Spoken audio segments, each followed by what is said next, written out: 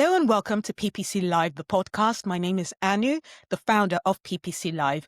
And if you're used to hearing advice from PPC experts about how to ensure that we're keeping up with the ever-changing landscape, don't worry, you are still in the right place.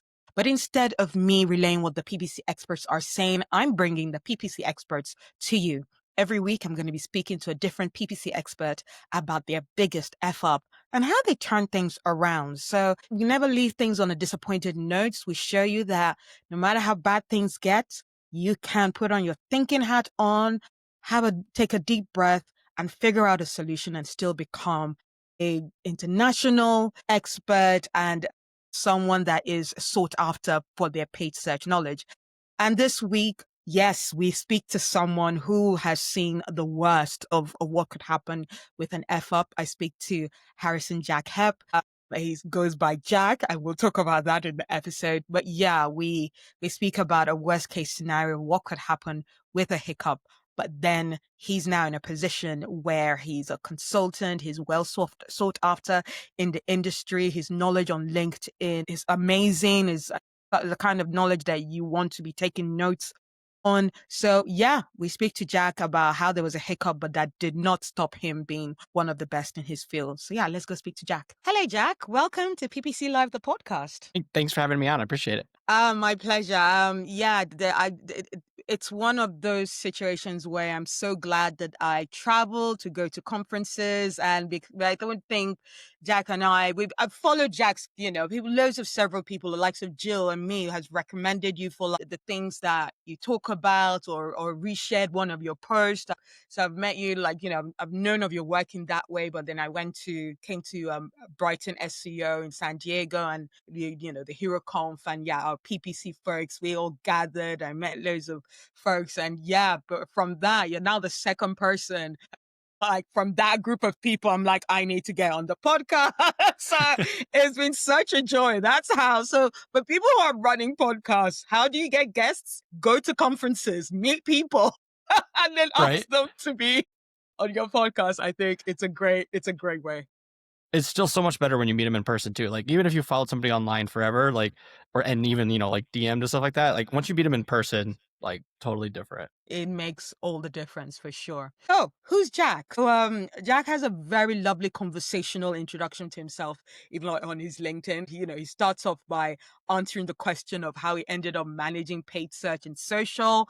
And it was back in 2015 where he joined his first agency out of college, which we're going to come to later. And not long after that, they needed someone to help manage digital marketing. So they turned to him and said, hey, you're a millennial. You understand this stuff, right? And yeah, as they say, the rest is history. So Jack specializes in managing lead gen accounts and has a lot of experiences with industrial and service-based businesses, especially. His experiences across industries have helped him to audit accounts and help businesses save money and find new opportunities to succeed. And save money is a big one with Google, and the CPC is always just ever increasing. So his passion is helping small businesses and local businesses succeed through Google Ads by providing even mentoring, coaching, and training services. So any of you are thinking that's right up your street, DM Jack for that. And I'm going to be referring to Jack as Jack, but you might go on his LinkedIn and be a bit confused. Now, Jack, tell us why. So ever since I was a kid, I've gone by my middle name, Jack. So my first name's actually Harrison. And so if you go on my LinkedIn, you'll see Harrison Jack Hepp I put my whole name on there. Honestly, at the time I thought I was just going to like I'm professional now. I'm going to be Harrison, but I can't escape Jack. Too many people have known me. And so it's just always stuck. It stuck. Yeah. So go on there, find Harrison Jack. Either one you want to call him, he'll answer to it because he's lovely that way. So yeah, let's get to the crux of this. When I spoke to Jack at Brighton SEO, it was, I was talking about the podcast and I was like, look, we're talking about mistakes here. Do you have one to share? And straight away, one came off the tip of his tongue and I was like, really? You're going to share that with me? Yes, let's do it. So yeah, this is probably like the bravest of the stories that we've heard. This is, maybe for us a bit of like, the worst case scenario of a mistake. that we could have. But hey, he's still here. He's still here, mentoring, coaching, training, helping businesses. So even this worst case scenario did not break him. So guys, pay attention to that. It's about the turnaround. It's not about the fadings. So very grateful that Jack has been brave enough to share this story with us, and I'm sure we'll learn a lot from it. So Jack, take it away. What F up would you like to share with us today? Yeah, so it was about a year and a half into my first agency job, and I got fired from that job. So for mistakes and other reasons, who knows? But there was definitely mistakes on my end, and so I own that. And so yeah, fired from my first job ever. Fired from a first job ever. Yeah, that is the one thing that could really break someone's spirit, especially the first job. Maybe you think like I can wait because I've been fired. I would say even a few times. It wasn't my first job. I think if it was my first job, it would have been hard for me to get back in and be like, yeah, I can do this. So what the mistake that your managers or the client were calling out? What was it that was so bad that this had to be the action?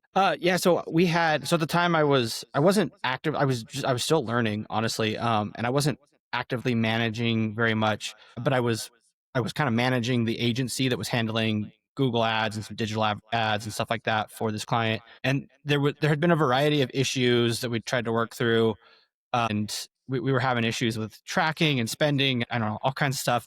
It's been almost 10 years ago now, so I can't remember all of them I perfectly, said, yeah.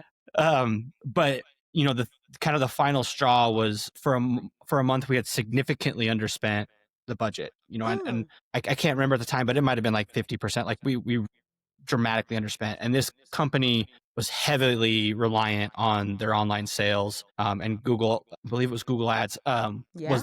was the main driving force of all of their of that online revenue.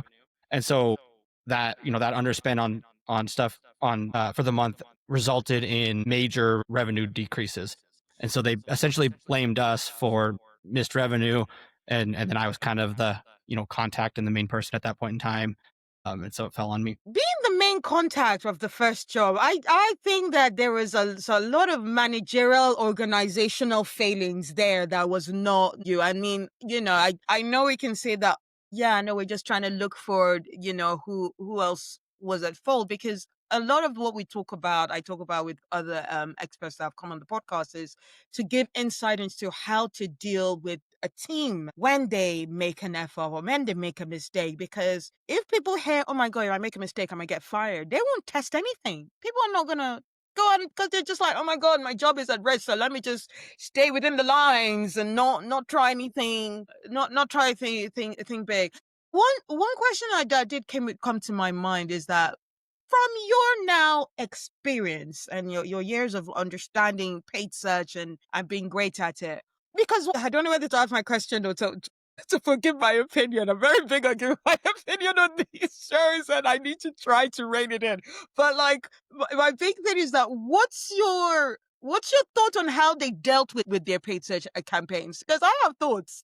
Yeah, I mean, my big one now is I would say like you should never have one channel that is like that dependent for your business. And if you do, you need to be trying to establish new things. So that's probably one of the biggest things I have there. And I think when I look back now, I think my biggest mistakes and my biggest failings were in communication. Sure. Okay. And I think if I'd communicated better, it may have played out differently.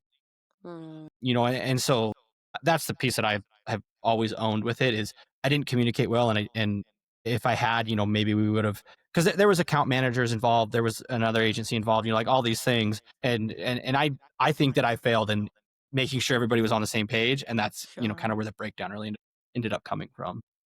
What was the cadence of communication? Like, how often would you, is it just that you saw the mistake and you didn't feed it back as quickly as you should have, kind of thing? Yeah, I think if I remember correctly, I was communicating. I had a meeting with the agency that was actually managing the ads. I believe I met with them weekly. Mm, Um, and then I worked with the way this agency was. There was an account rep that then worked with the client, and so I met. We worked in the same place. So her and I communicated constantly. Um, and I think from my end, like I was so new. I was fresh out of college. Really, mm, didn't know that much about digital marketing, and I think that I was afraid of like communicate. Like the agency was communicating with me that, like, here's the reasons why things are behind, blah, blah, blah. And I don't think that I took that communication and gave it to the account rep well. And I think that Right. there was breakdowns to the end client too that, you know, wasn't necessarily mine to own, but there was definitely like a fear on my end. Like, I don't want to like say like, this is happening, this is a mistake. And it kind of compounded from there, Yeah. and so like, I think that's was the biggest thing there. Genuinely, honestly, it just sounds like you weren't managed well because that, first job, there's a lot of things that you're just not sure whether this is the information you give and when you give it. Even till now, there are people who do the whole, oh, sales rep, what should we tell the sales rep? Whether they speak to the sales rep is even like another thing. Some marketers, they don't. So yeah, it's such a weird scenario. And honestly, I think for those listening, even for me, hearing that, okay, that's how that went about. I feel that agency had issues. That doesn't. I was going to go. That doesn't count as a mistake. Like, can we get another one? But like seriously, because yeah, they just decided you're a millennial. Let's give you a paid search to run on, and not no. How much training did you get? Do you feel? There was none. Like, see, when I was hired with that agency, I was essentially like a project manager, I guess is what I would call it. Yeah. Like for the first about year that I worked there, that's what I was. And then towards the end of my first year, and then up until I was fired, they were looking for somebody to do digital, and I had kind of dabbled with things and was like trying to learn on my own and stuff. And but it was very much kind of like, you've kind of done some of this stuff, like you're young and you know how this works and stuff. And so like that's I actually first, like, I was managing Facebook campaigns on my own at that time. Okay. And this would have been 2015, so very different, Yes. time for managing Facebook. But I didn't have any experience with search, with Google Ads or anything at that time. And which is why we had another agency involved running those Mm. things. Mm. But there was definitely an aspect of I didn't know what I didn't know. And I think that led to some of the Yep. breakdowns. Yep. Absolutely. Absolutely. And what was your relationship like with your manager, would you say? I thought it was good. I had gotten an excellent 1 year review. Okay. Had gotten a raise. And so I thought everything was good at that time. Mm. And it kind of started to break down from there. It seemed like I couldn't do anything right, which at the time was very much like, what? Why am I making so much mistakes? Looking back now, like, I think some of these mistakes were blown out of proportion for Mm. whatever reason it may be. And so yeah, it definitely deteriorated at that point. Yeah, yeah, absolutely. And let's go back to even a point that, you made and I made at the beginning of the podcast. So right now, looking back, happy or not that you're still at that agency? Yeah. Yeah, looking back, I'm glad. I wish it would have worked out a little differently, but it all worked out really well, and I'm very happy with where things went from there. And at the time, it felt like this devastating end to my career that hadn't even started. And Yeah. looking back now, it worked out. So So what was, because actually maybe someone is actually thinking, but oh God, if that happens to me, sure, I shouldn't be too panicked about it. But what was your next step? I'd say, so you got fired. What happened? How did you get back on your feet? yeah, honestly, at the time, I was like, that's it. Like, I'm done with marketing. Like, I failed. There's no way. And so, to be honest, when I first started applying for jobs again, I wasn't even applying for marketing jobs. Mm. I was trying to look for, I had a business degree, didn't have a lot of experience stuff. So, I was kind of applying at banks or finance things. I was kind of looking all over the place. But it was very much like, I was like, I'm not doing marketing. And, and I struggled to find a job. I think I was unemployed for like 3 months. And my wife was in school. We were like fairly new, like we'd only been married a year or two. So like it was kind of It was rough. hard, yeah. Yeah.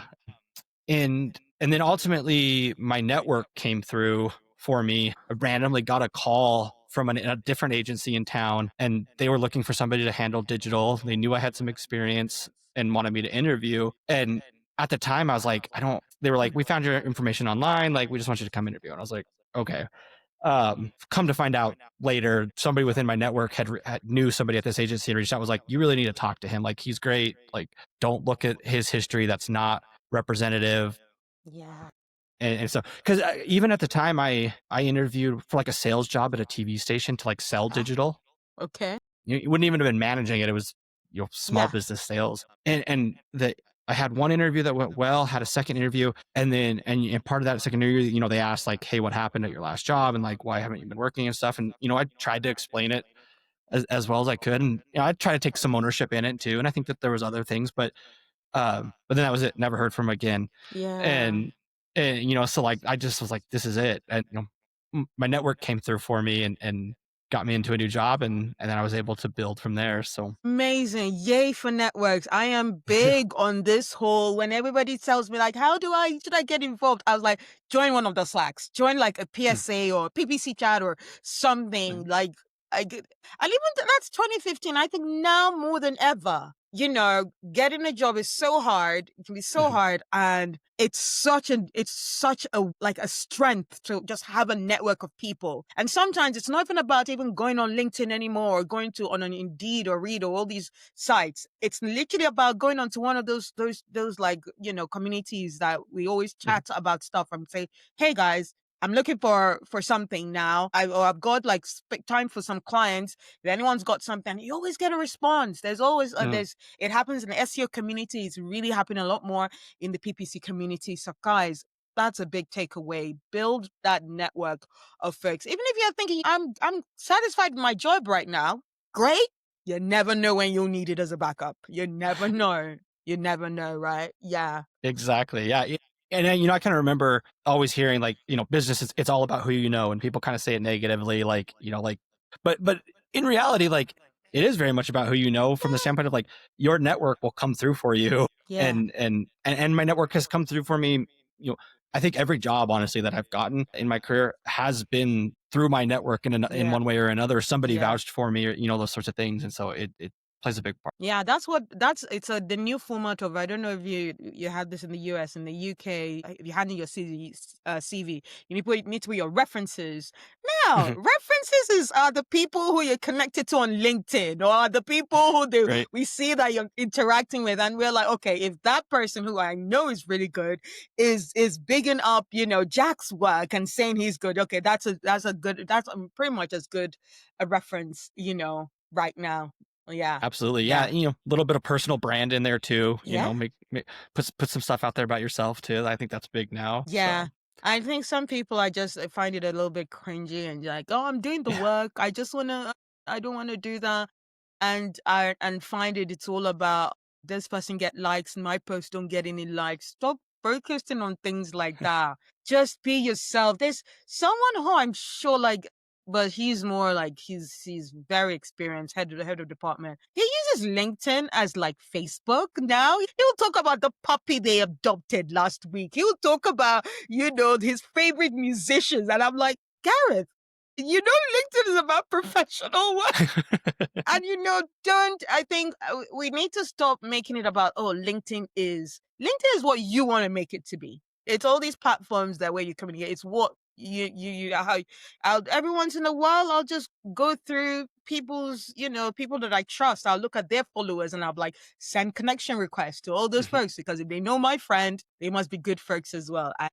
That's definitely, I think, for people. So just Absolutely. one last thing before we move on and to talking about, other people's F-ups, even though I feel we talked about other people's F-ups already in your story, God's sake.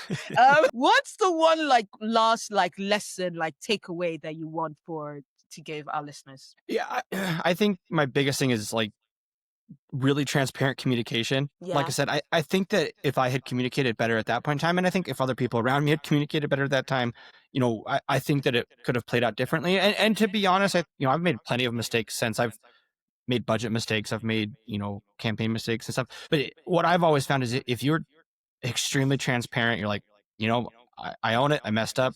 Here's how I can fix it. I think people for the most part are very responsive to that. And so I think that's been something that I've always tried to take away from it and tried to bring in, into every job I've gone in, is just, you got it. Whether it stinks, nobody wants to admit they made a mistake, and nobody wants to, tell somebody.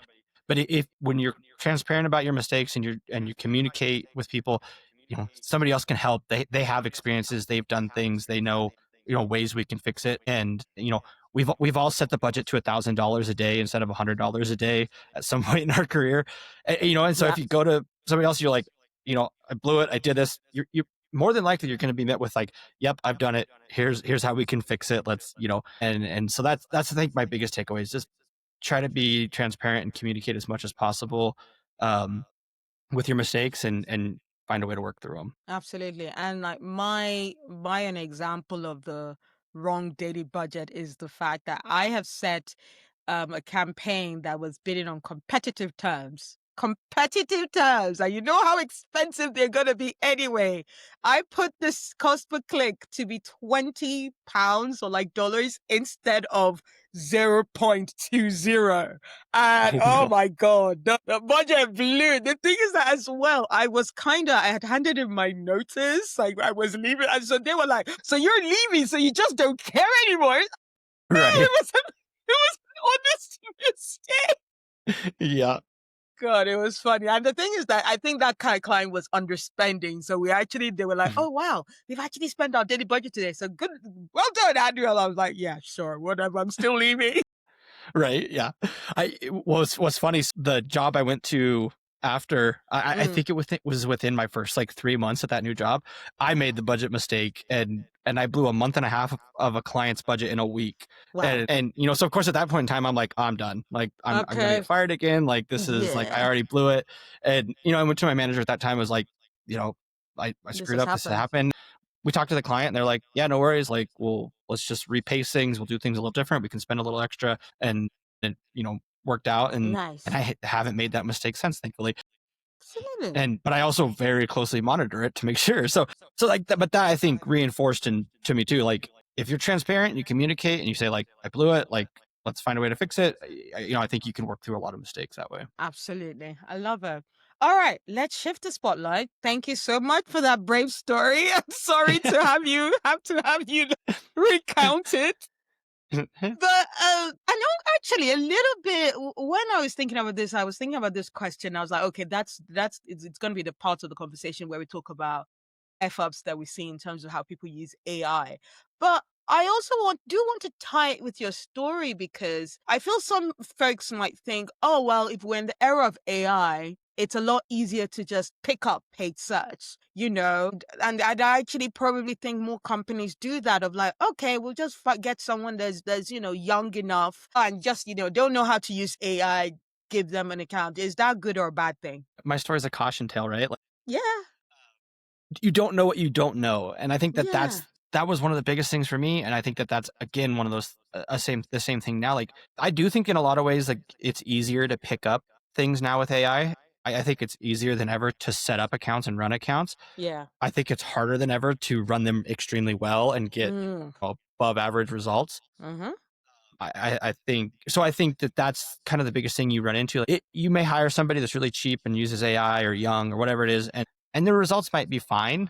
But you might hire somebody with 15 years experience and the results could be great. Great. And and I think that that's, again, it's, you just don't know what you don't know, and until you figure those things out, you don't know where to go next. Yeah, absolutely. One thing I've been really adamant about saying more recently is the fact that even with AI, it's the experts that need to be behind those wheel. It's the people who actually know the basics of paid search. We still need to be teaching people the basics of paid search, basics of marketing, basics of it's all about the customer. And then once you build that maturity of actually really understanding that, put that person in front of an AI. Put an expert in front of an AI and you'll get the best results instead of just putting, a junior thinking AI will, AI will help them, do the good job. So as you said, it'll be average. It'll be average. And that's a very fair point too that people should listen to, especially anyone that's a client. Listen, if you want average results, sure, get anyone to use AI. But if you want above average, get an expert. That will never Yep. not be true. Yeah. That experience plays in at some point. So Yeah, exactly. It absolutely plays in. Absolutely plays in. And so okay, let's do the question I ask everyone. Like, what's a big F up that you think people are, that you've seen people do with AI and how they use AI?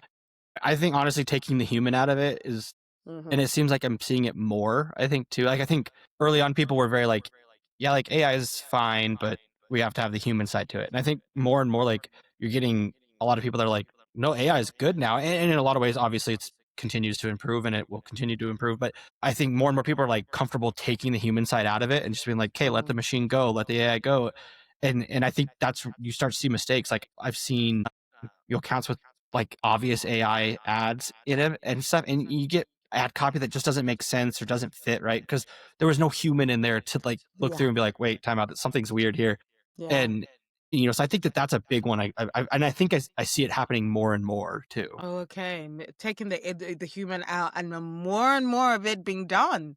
That is that is disappointing because I feel like a lot of what we actually talk about is like put the human. A lot of like the big influencers that I enjoy following, like even the likes of Fred Valles, who is big on Mhm, like the whole AI and automation, and he's very talks a lot about vibe coding. Would still argue for like, yeah, take things a bit slower, figure things out. I think we're throwing around the phrase of anyone can. mhm, Anyone can do this. I'm like, not anyone can. Like anyone can do an okay job mhm. and a job that will, for customers that you don't necessarily care about. But I think we're gonna really start seeing the differences between brands that care about their customers and brands that don't and just are just in it for the Mhm. money. Yeah, and I think it's a matter of like AI has gotten good enough now that you feel like you can just let it go. Like, Mm, I'll let AI do probably more now than I would, a year ago. yeah. And like I have ad copy that's largely AI created, but I Okay. went through and tweaked a few things, stuff like a year Sure. ago. It may have given me ideas, and then it was mostly me from there. So like, but I think people have gotten so comfortable with it, and it's good enough that they feel like I can just let it go, Mm.